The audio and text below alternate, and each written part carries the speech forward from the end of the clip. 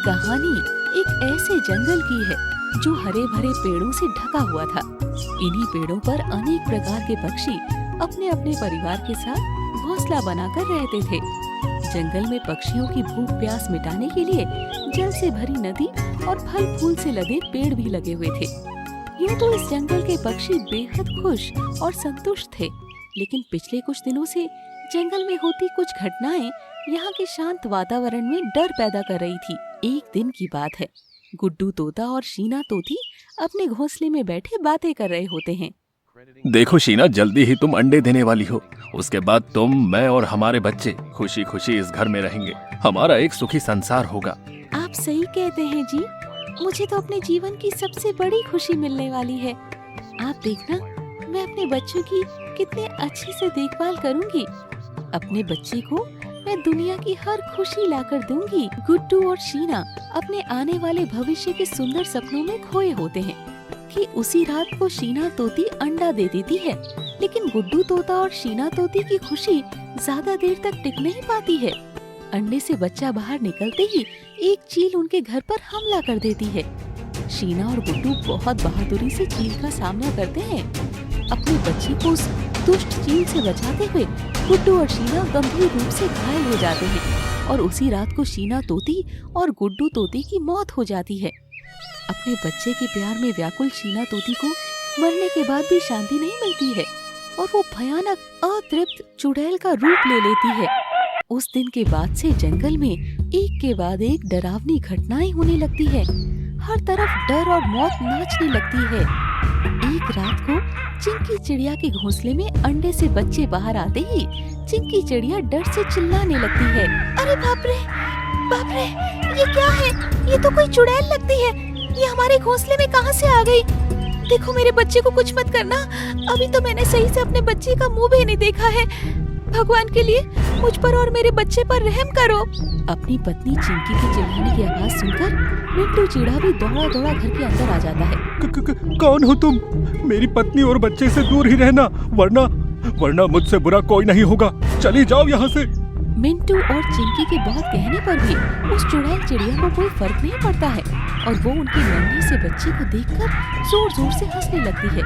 हंसते हुए वो अपना भयानक खून से सना चेहरा चारों ओर घुमाने लगती है। मिंटू और चिंकी चिड़िया डर के मारे अपनी आंखें बंद कर लेते हैं। तभी वो चुड़ैल तेज आवाज में चिल्लाने लगती है। बच्चे को देखकर बहुत खुश हो रहे हो ना तुम दोनों? तुम्हें क्या लगा तुम खुशी खुशी अपने परिवार के साथ जीवन बिताओगे? मेरे होते हुए अब किसी के भी जीवन में खुशियाँ नहीं आएगी। अगर मैं अपने बच्चे के प्यार के लिए तरस रही हूँ तो अब मेरे साथ साथ तुम लोग भी तरसोगे।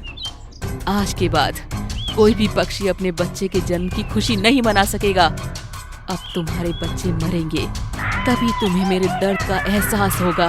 इतना कहकर शीना चुड़ैल चिंकी चिड़िया पर चाकू से हमला कर देती है। उसके बाद वो चिंकी के बच्चे पर भी टूट पड़ती है। चिंकी चिड़िया और उसके बच्चे को मारने के बाद वो उसका खून पी जाती है। उन दोनों की जान लेने के बाद वो गुड्डू चिड़िया का खून पीने के लिए उसकी ओर बढ़ने लगती है। अरे बाप रे बाप, ये तो बहुत ही निर्दयी चुड़ैल है। मेरी आंखों के सामने इसने मेरी पत्नी और बच्चे को मार डाला। अब तो ये मुझे भी नहीं छोड़ेगी। शीना चुड़ैल की पकड़ में आने से पहले ही गुड्डू चिड़ा किसी तरह अपनी जान बचाकर वहाँ से भाग जाता है। इसी तरह शीना चुड़ैल बारी बारी से नवजात बच्चों और उनके परिवार की निर्दयता से हत्या करके उनका खून पीने लगती है। इस तरह से जंगल में चिंटू मोर, मुन्नी कोयल और बीना कौवे के बच्चे की भी शीना चुड़ैल हत्या करके खून पी जाती है। पूरे जंगल में हाहाकार मच जाता है। एक दिन सारे पक्षी इस समस्या का हल निकालने के लिए मंजू कोयल के यहाँ इकट्ठे होते हैं। देखो पक्षियों, जंगल का माहौल इतना खराब हो गया है कि मैं तो डर के मारे अपने बच्चों को घर से बाहर ही नहीं निकलने देता हूँ। कौन जाने कब और कहां से वो शीना चुड़ैल आकर खून खराबा मचा दे। अरे, ये चुड़ैल तो बहुत ही शक्तिशाली चुड़ैल है। इसके अंदर तो दया नाम की चीज ही नहीं है। कल रात को ही मेरे पड़ोस में रहने वाली मुन्नी कोयल और उसके बच्चे का बेरहमी से खून पी गई ये दुष्ट। मेरा तो डर के मारे बहुत बुरा हाल है। अब तो कुछ ही दिनों में रुनझुन तोती के अंडे से बच्चा बाहर आने वाला है। भगवान ही रक्षा करे अब उनकी तो। अगर कोई पक्षी या जानवर होता तो हम सब मिलकर कुछ हल निकाल भी सकते थे, लेकिन एक चुड़ैल माँ का सामना करने की ताकत तो किसी भी आम पक्षी में नहीं है। हम में से जो कोई भी उसके सामने जाएगा उसे अपनी जान से हाथ धोना पड़ेगा। सारे पक्षियों की बात सुनकर रुनझुन तोती की आंखें भर आती है। देखो पक्षियों, मैंने आज तक कभी किसी पक्षी का बुरा नहीं किया है, हमेशा सबकी मदद ही की है, लेकिन फिर भी अगर एक चुड़ैल के हाथों ही मेरी मौत लिखी है तो शायद यही भगवान की मर्जी होगी। इतना कहकर रुनझुन तोती वहाँ से उड़कर अपने घोंसले में आ जाती है। कुछ ही घंटों के बाद उसके अंडे से एक प्यारा सा नन्हा मुन्ना बच्चा बाहर आ जाता है। रुनझुन तोती उसे प्यार कर ही रही होती है कि तभी शीना चुड़ैल उसके घोंसले में आ जाती है। शीना चुड़ैल के उसके घोंसले में आते ही एकाएक मौसम बदल जाता है। बाहर से बिजली कड़कने लगती है और तेज हवाओं के चलने की आवाज सुनाई देने लगती है। रुनझुन तोती शीना चुड़ैल को अपने सामने खड़ा देखकर बहुत डर जाती है। डरना मत मेरे बच्चों, तुम दोनों तक पहुंचने से पहले इस दुष्ट चुड़ैल को तुम्हारी माँ से होकर गुजरना पड़ेगा। तुम्हें मारने से पहले इसे मुझे मारना होगा। ये खून पीने आई है तो पहले इसे तुम्हारी माँ का खून पीना होगा। इतना कहकर रुनझुन तोती अपने नवजात बच्चे और बड़े बेटे के सामने आकर खड़ी हो जाती है।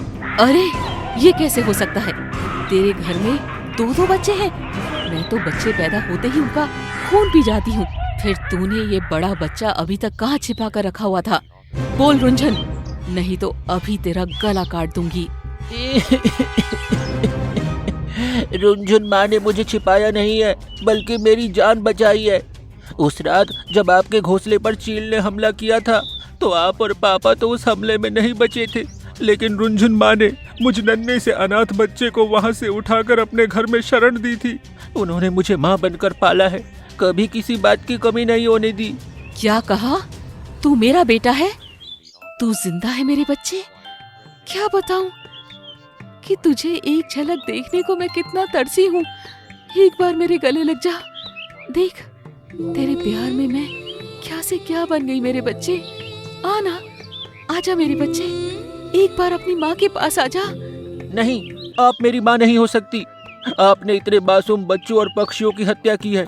मैं एक चुड़ैल का नहीं, अपनी रुनझुन माँ का बेटा हूँ। आज मेरी माँ और भाई से पहले आपको मेरा खून पीना होगा। क्यों रुक क्यों गई आप? आइए ना, पी लीजिए मेरा खून और अपनी भूख मिटा लीजिए। नहीं गोलू बेटा, अपनी माँ से इस तरह से बात नहीं करते। तुम अभी माँ की ममता से अनजान हो। अपनी शीना माँ को माँ कहकर पुकारो।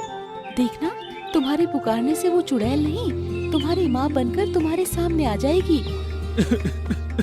माँ, अगर आप सच में मुझसे प्यार करती हो तो अब किसी को भी नुकसान मत पहुँचाना। मैं अपनी माँ को चुड़ैल बनते नहीं देखना चाहता। अपने बेटे गोलू के मुंह से ऐसी बात सुनकर शीना चुड़ैल अपने साधारण पक्षी वाले रूप में आ जाती है। अपने बच्चे की ममता में मैं अंधी हो गई थी, सही गलत का अंतर ही भूल गई थी। मैंने न जाने कितने ही बेगुनाह पक्षियों की जान ली है।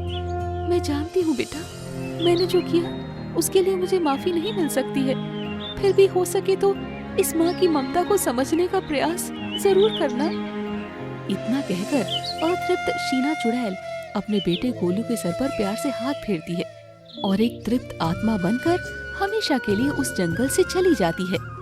गोलू तोता भी अपनी चुड़ैल माँ की मुक्ति होने पर बहुत खुश होता है और फिर जंगल के सभी पक्षी पहले की तरह खुशी खुशी अपने परिवार के साथ रहने लगते हैं।